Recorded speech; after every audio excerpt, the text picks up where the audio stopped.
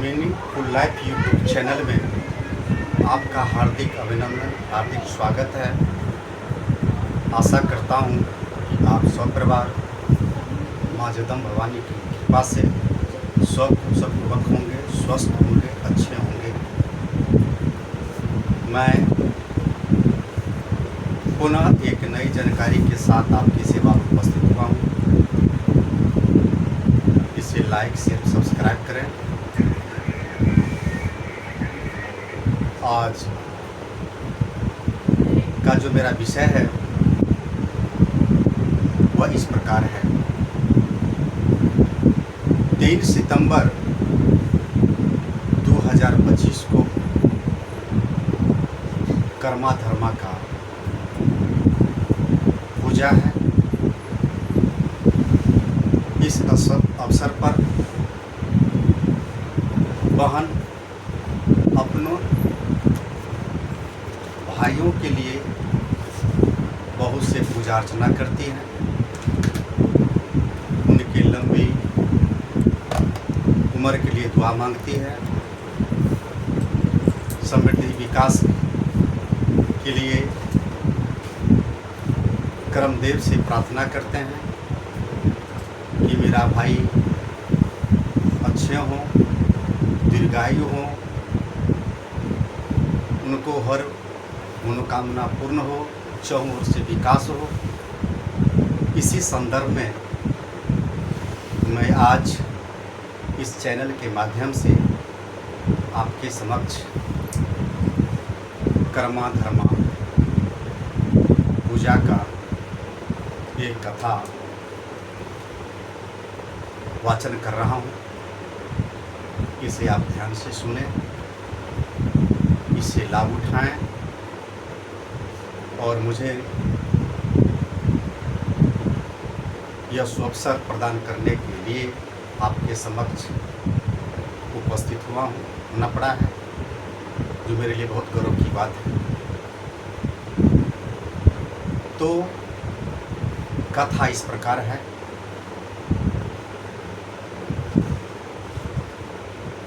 एक वनिज 7 भाइयों के साथ अपने घरों में श्रद्धापूर्वक, खुशीपूर्वक अपना जीवन व्यतीत करता था और उनका उद्देश्य था कि अधिक से अधिक मुनाफा कमाना। वे सस्ती चीज़ों के खरीद कर और अच्छे दामों में उनको बेचना होता था और उससे मुनाफा कमाता था। एक दिन की बात है, वह वनिज भोर में अर्थात 4 बजे भोर में ब्रह्म मुहूर्त में 6 भाइयों सहित छोटा भाई को घर पर छोड़कर और 6 भाइयों सहित वनिज के लिए निकल पड़ा। रास्ता में जहाँ जहाँ उनका पड़ाव होता था, अपने काजों से सस्ते दामों में सस्ते सामानों को खरीद कर और अच्छा मुनाफा के साथ उस सामानों को बेच देता था और जहाँ रात्रि हो जाती थी वहीं खाना खाकर 6 भाइयों सहित सो जाता था और पुनः सुबह होकर उठकर नित्य कार्य से निवृत्त होकर और अपने कार्यों के लिए, वनिज के लिए निकल पड़ता था। यही सिलसिला लगातार करते उन्होंने आरंभ किया। जब 1 वर्ष समय उनका व्यतीत हो गया, पूर्ण हो गया, काफ़ी मुनाफा कमा लिया उन्होंने। तो अपने भाइयों से कहा कि अनुज, मुझे हम लोगों को अधिक मुनाफा हो गया है, संपत्ति का काफ़ी बढ़ोतरी हो गया है। जिस कार्य के लिए हमने वनिज आया था वह व्यापार सफल हो गया है। अब मुझे हम लोगों को घर चलना चाहिए। और वह अपने घर से संबंधित मुनाफा के सामान लेके बैलगाड़ी पर अपने घर लौटने लगे।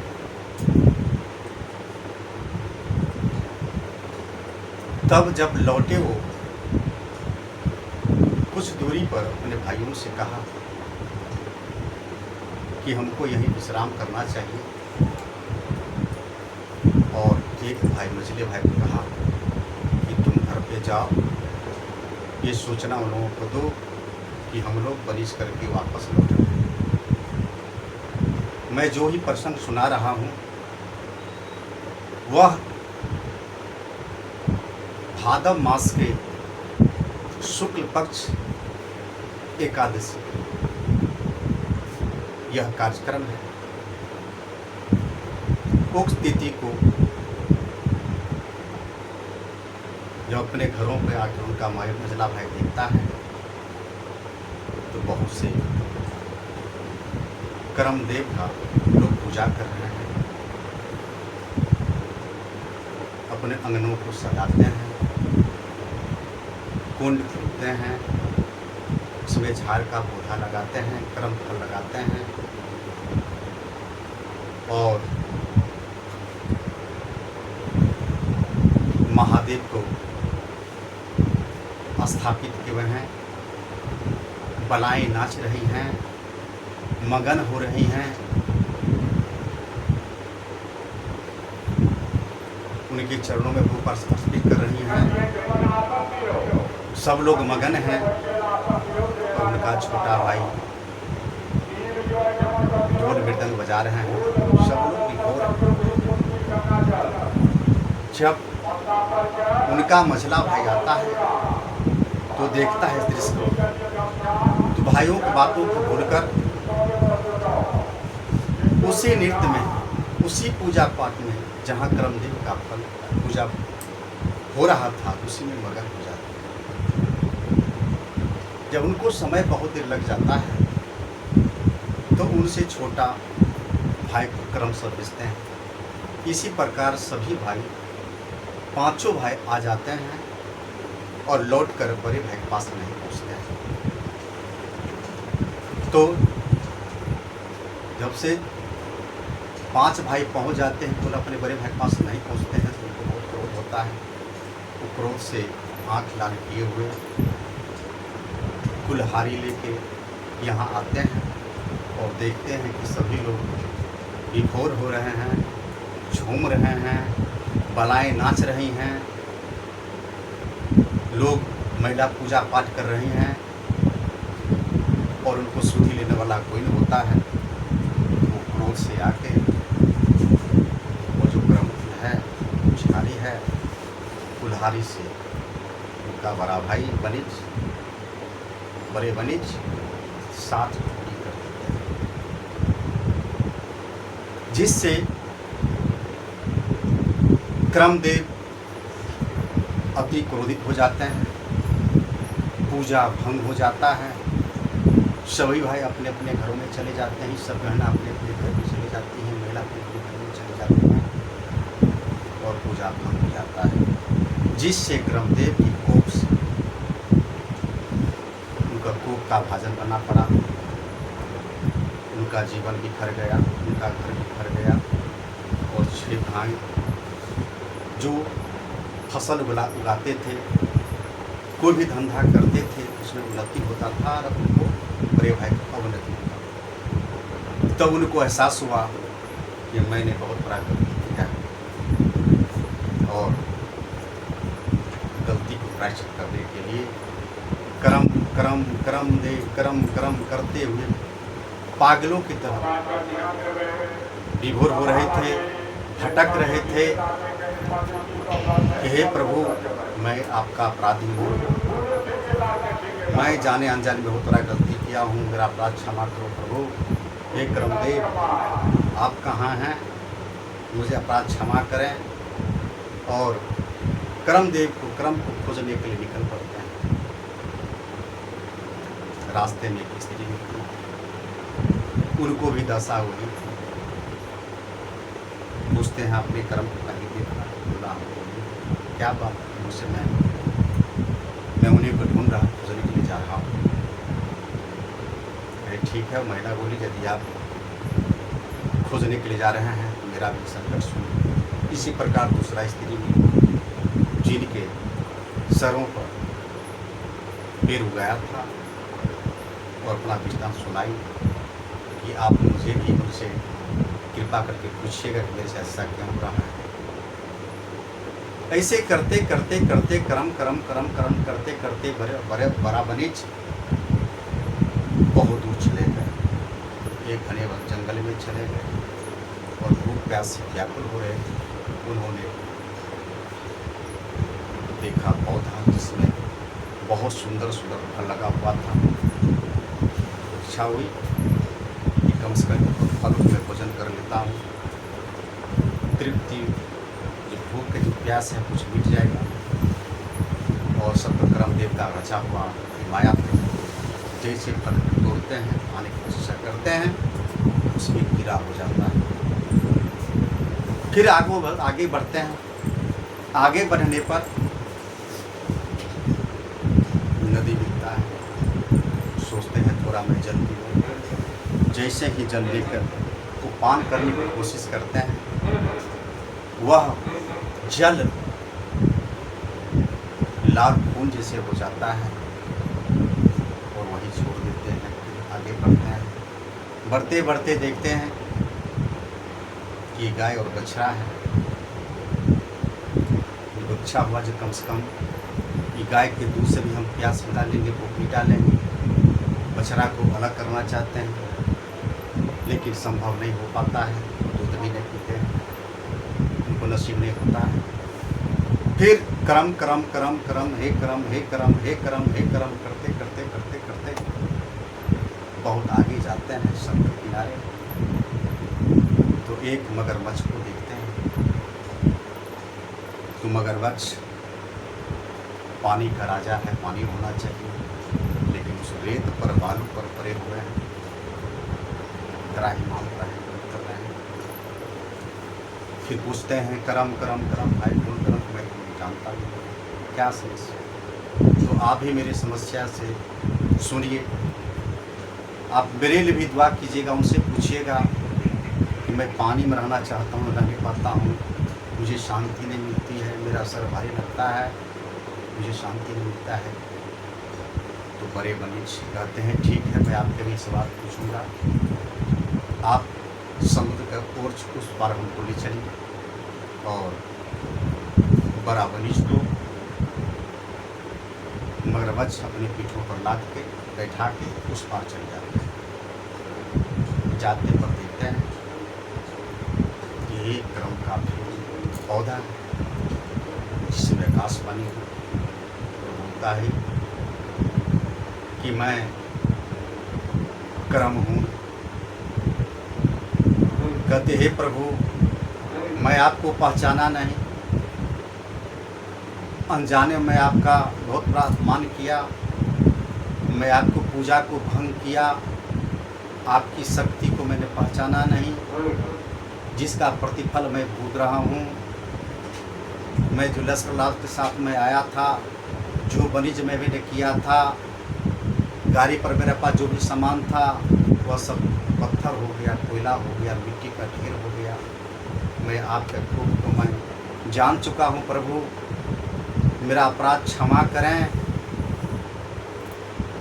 मैं पुनः भाद्र मास के शुक्ल पक्ष एकादशी को कर्मा धर्मा का पूजा पूरे विधि विधान के साथ करूँगा। आप मुझे क्षमा करें, अपराध मेरा क्षमा करें। और हम पर दया हो, मुझे उन्नति प्रदान करें, मुझे सुख शांति प्रदान करें। ऐसा विनती करने पर कर्मदेव बोलते हैं तथास्तु, मैं तुम्हारे अपराध को क्षमा कर दिया, हम तुम पर प्रसन्न हैं। तो बोला प्रभु, रास्ते में एक मगरमच्छ मिला था, वह पानी में रहकर रेतों पर रहता है, वो बेचैन है, उसके पास क्या समस्या है? कर्मदेव बोले उसके सर में मणि है, यदि कोई भी व्यक्ति उसको चोट को आकर उसको निकाल दिया जाए उस मणि को, उसका सारा संकट दूर हो जाए। इसी के आस में मगरमच्छ बैठा हुआ था, वह बनी जाएगा तो मैं उसे सवाल पूछूंगा। तो मगरमच्छ बनी से पूछता है कि आप मेरा सवाल लाए? कहाँ आपका उत्तर मिल चुका है, आप मुझे कुछ पार कर दें। तो मगरमच्छ इस पार आता है तो कहता है आपके पास ये समस्या है। उन्होंने मगरमच्छ ने कहा भाई, मैं कहाँ किस व्यक्ति को खोजूंगा, आप ही हो, मुझे सर पर मारकर संकट। और बनीच जैसे उसके सर पर चोट करता है, आघात करता है, वह मणि नीचे गिर पड़ता है और कहता है भाई ये बनीच तुम इसको ले लो। ठीक उसी प्रकार रास्ते में उनको घोड़ा मिलता है जो उनको सहयोग नहीं किया, उनको खून करने की कोशिश किया। फिर उसी घोड़े पर बैठकर उन्होंने गाय के पास आया, फिर गाय को पास ले लिए, बछड़े को ले लिए और दूसरी महिला के पास पहुंचे जिसके सरों पर जो पेड़ था। उन्होंने कहा कि आपके लिए भी समस्या है, आपका भी मैं ऊपर के लाया हूँ।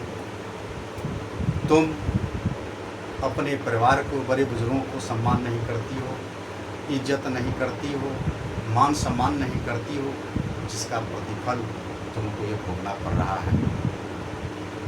उन्होंने मुझसे कहा मुझसे गलती हुई, आज के बाद अपने सास ससुर को, हर लोगों को मान सम्मान करूँ, इज्जत करूँ।